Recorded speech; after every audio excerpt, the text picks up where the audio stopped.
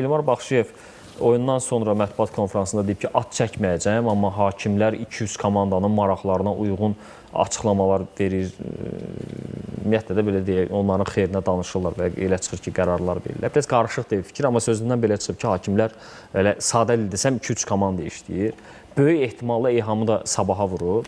Amma mən həmişə açığı, sən də mənə yaxşı tanıyırsan, özümü ədalətli olmağa öyrədirəm. Demirəm, həmişə ədalətliyəm. Amma ən azından deyirəm ki, yox da gəl bu məsələdə ədalətli olaq. Yəni, bugün hakimlərin sabaha köməyindən söhbət belə gedə bilməz. Çünki hakimlik mövzusunda ən çox səhvlərlə, ən çox mübahisəli qərarlarla üzləşən komandalardan biri, bəlkə də birincisi elə sabah özüdür.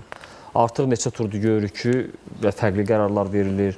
Sumqayıtla oyunda belə tutmasını kömək eləmək istəyənlər elə o 2 epizoddan birini gol sayardılar, yola verərdilər, olardı, bitərdi. Görürsən ki, yox, elə deyil. Hə, indi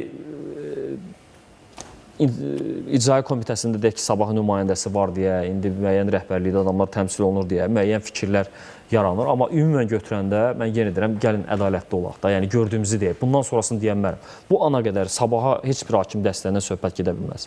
Ona görə məncə, indi yenə deyirəm, mən sırf o epizodla bağlı danışmıram. Ümumən deyirəm ki, o 2-3 komanda deyəndə, yəni biri sabahdısa sabaha yapışmır. Bu ana qədər açıqdır, yəni yapışmır, həqiqəti demək lazımdır.